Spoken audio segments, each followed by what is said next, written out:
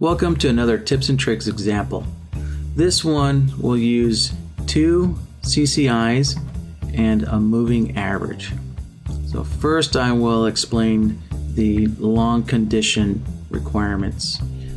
So the 14 period CCI needs to be greater than -100, which is this lower gray line, greater than -100, and less than 0, which is the white dashed line. So for a long condition, the 14 period CCI needs to be between these two zones. Now the 25 period CCI needs to be greater than -300 but less than 0. So those two requirements of the CCI need to be met for a long, and also the moving average needs to be pointed up. And the opposite is true for a short. So the 14 period CCI needs to be below 100 but above 0. The 25 period CCI needs to be below 300 and above 0. And the moving average needs to be pointing down. Alright, so first I will instantiate a logic template within BloodHound by giving it my name in the template, and I will just simply call it CCI and moving average, and I'll save it.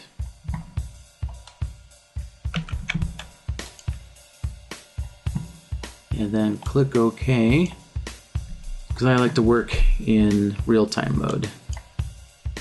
And that way you can see BloodHound update in real time as I add these solvers, and I can kind of explain to you what's going on as well. Alright, so with the CCI, we're looking for the CCI to be between two different values or two different thresholds. So a value is essentially a threshold. So we're going to use the threshold value solver for the CCI.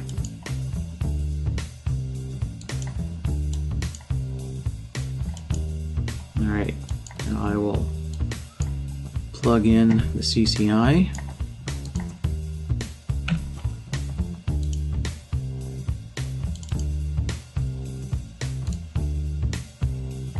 Alright, 14.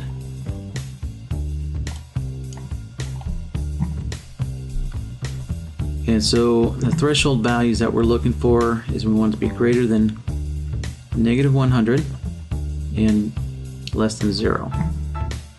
Now typically with the threshold solver, you want the higher values on top and the lower values on the bottom.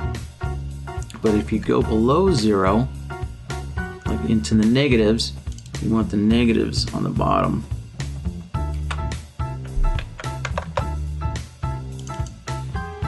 Now with these conditions, we actually have a special case here. So I'll kind of explain this as I go along, but we're going to use a solver for the long conditions and a solver for the short conditions, because we only have 4 threshold values. And I'll give you a demonstration of what's happening here. So if the CCI is below -100, we don't want a signal. So that's why I needed to add the -100 twice. Alright, so and remember, this is for the long conditions. So if I put a 1 at D, what we get is we get a 1 when the indicator is below 100. But actually we want a 0 value on BloodHound when it's below 100. So at C, being -100, we want a 1 output. But you can see what BloodHound is doing is the closer it gets to -100, the closer we get to 1. But we want a value of 1 on BloodHound in between this whole zone. So when the CCI is at or near 0, we also want a 1. Alright, so we have a 0 here at B, so B also needs to be a 1. So now we have a digital output. So whenever the CCI is between 0 and negative 100, we get a full 1 value output. And you can see it took 2 threshold values using 100 to accomplish this. So that's why we need a second threshold solver for the shorts, because we can put a 100 up here, but we can't put 2 100s in. And remember, we need 0 as our cutoff for this range here. All right, so this is, let me name this. All right, so this is the CCI 14, and it's the long, so I'm just going to put a L on there. Alright, that renames it. And so next, I'll create the short version of this. So we can just copy this.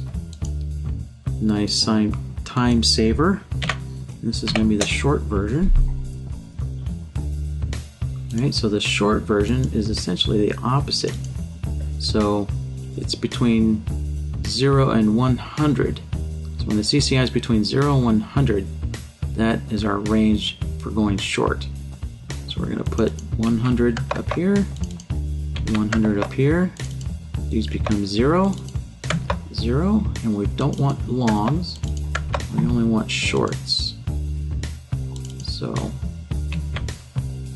now let me just demonstrate something here. So if I put a 1 at A,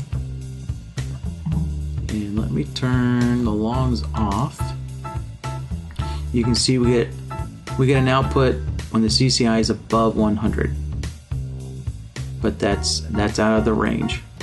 So let's put a 0 there, and get a 1 there, and so we can see when the CCI gets close to 100, we get a 1, but then the closer it gets to 0, the values diminish. But we want a 1 between this whole range. Let me bring the workspace back. Right, so when we're at 0, we want a 1 output. And so there we go. When the CCI is between that whole range, we get 1 outputs.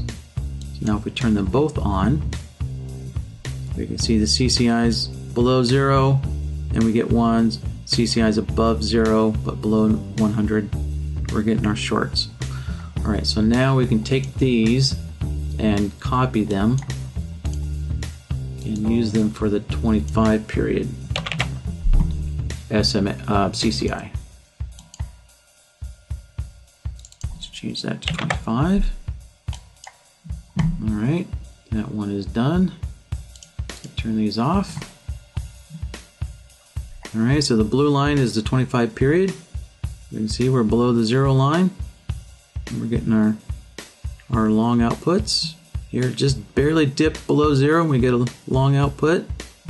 And we can see here, when it's below negative 100, there's no output. And that's too low for this condition. Alright, so let me copy this short threshold. And change it over to a 25 period.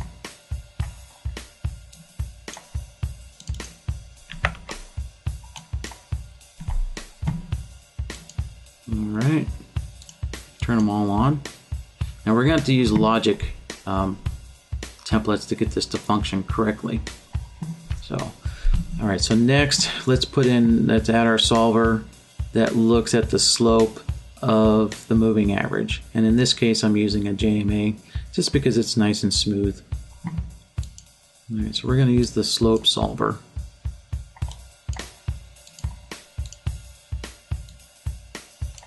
Alright, JMA, switch this over to the JMA.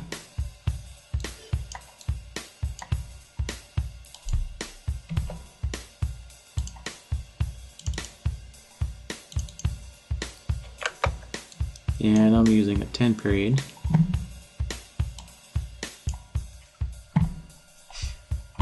And let me turn these all off except for the JMA. And so there you go. When it's sloping down, we get a sell. When it's sloping up, we get a buy. Alright, so the next step is to put this all together in a logic template. Create a new template, and essentially these are going to be our entries.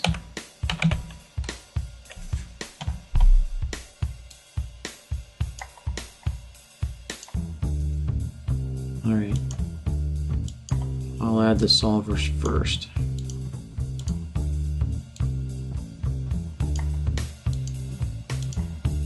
I'm going to put the long solvers up on top, put the shorts on the bottom, and the JMAs, both the long and short, I'll just stick it in the middle there. Okay, so these two solvers are for longs, and the JMA will give us a long output, so we need to AND all these together because all these conditions have to be met at the same time in order to get a signal.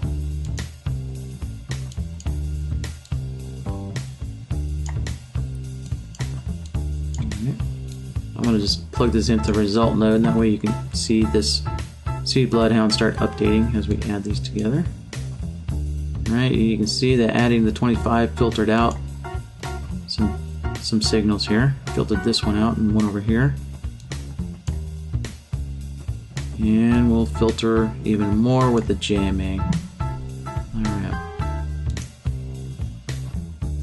Add another AND node. And now we just need to OR these two together. Well, for now I can just show you the shorts. There's some shorts. And we'll OR these together.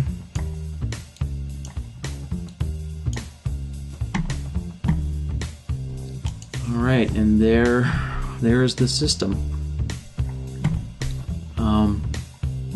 Now I'm going to kind of show you some tips and tricks here. We'll go beyond just the simplicity of this.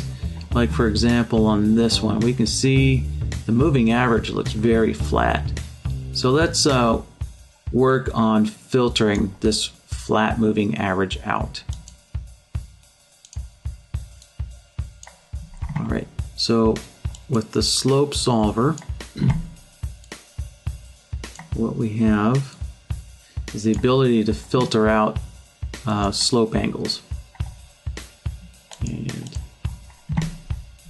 And that is done with the maximum slope and minimum slope. Alright, so typically, if you're just going to be using, one slope threshold for filtering out a flat slope, well, you'd use the maximum slope.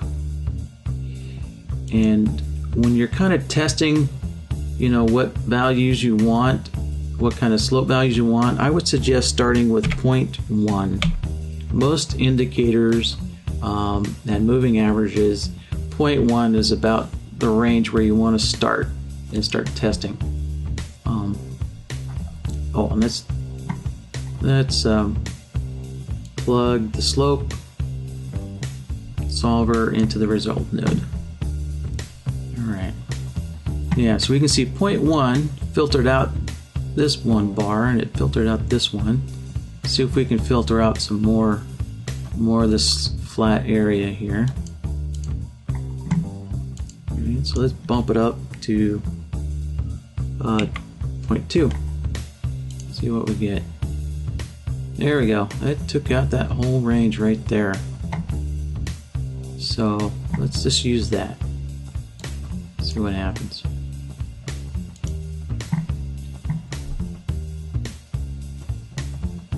Alright. As we can see, this doesn't seem to work too well when we're in a trend. So, but here was a decent signal. This looked like it ended up being a decent long. This short was a little early, but it did work out. This long was a little early, but this one worked out. And once again, we this one worked out for a little bit. This one, yeah, kind of questionable. This short seemed to be too early.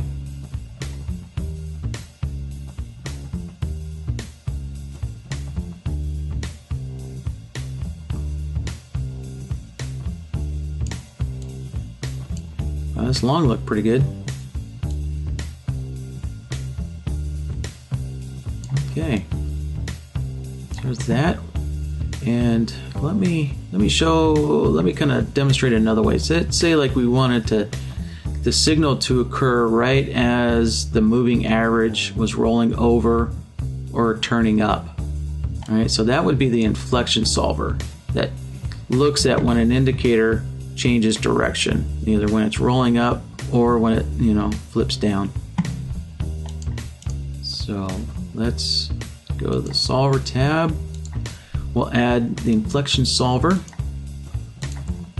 and that's going to be our JMA inflection.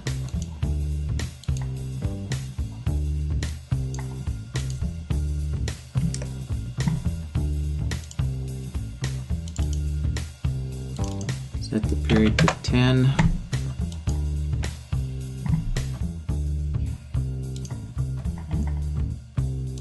Alright, I'm going to bring the template back in here.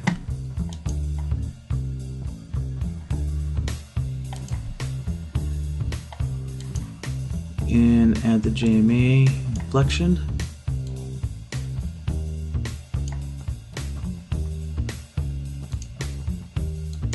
Turn that off.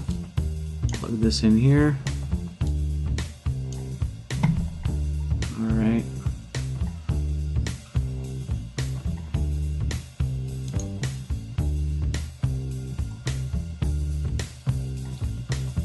Well, let's just look at the inflection solver. Alright, yeah, so we can see reverses, we get a short, turns up, we get a long, turns down, we get a short. So, alright, let's plug the OR back into the result node. And, oh, we need to disconnect that. That's what's happening. Okay. Close this up. Now we'll take a look. Well, there seem to be some better signals. Doing that. We get a long and a short and a short. We get a long. Not a very good long there. A little early. Nice short. Nice long, nice short.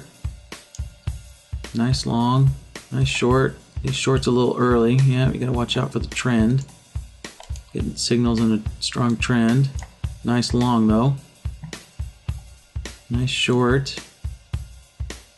Oh. Yeah, that short got caught in a trend. Alright, let me show you some things though we can do with the inflection solver. This probably will introduce some more bad signals, but I just want to give you, purpose really is to give you a demonstration of this solver, more explanation. So this solver has a look back period. So let me plug this solver into the result node. Alright, and what we can do is we can change the look back period. Let's just change it to 3. And we can see now it gives us 3 bars after the inflection point. So what it does is it just kind of extends that condition for 3 more bars, waiting for other solvers to meet their conditions. So let me plug the OR node back into the result node. And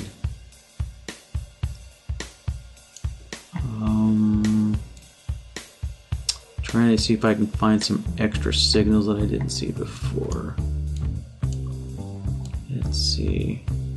Yeah, I think this is an extra signal.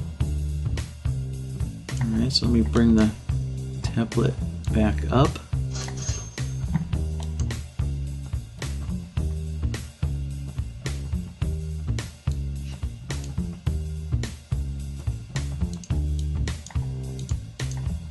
I'll disconnect the inflection solver.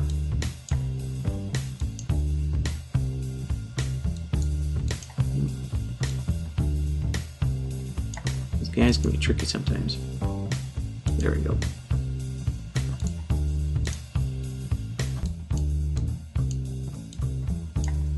And we'll plug the slope back in. So, yeah, that signal was in here somewhere. Let's disconnect this again.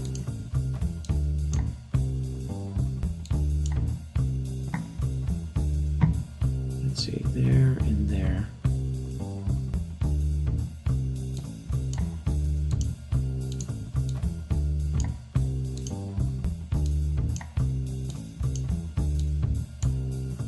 Yep. So I got rid of this one here.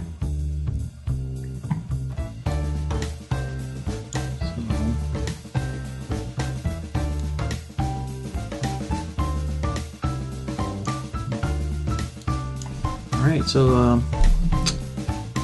that ends this example. Thank you very much.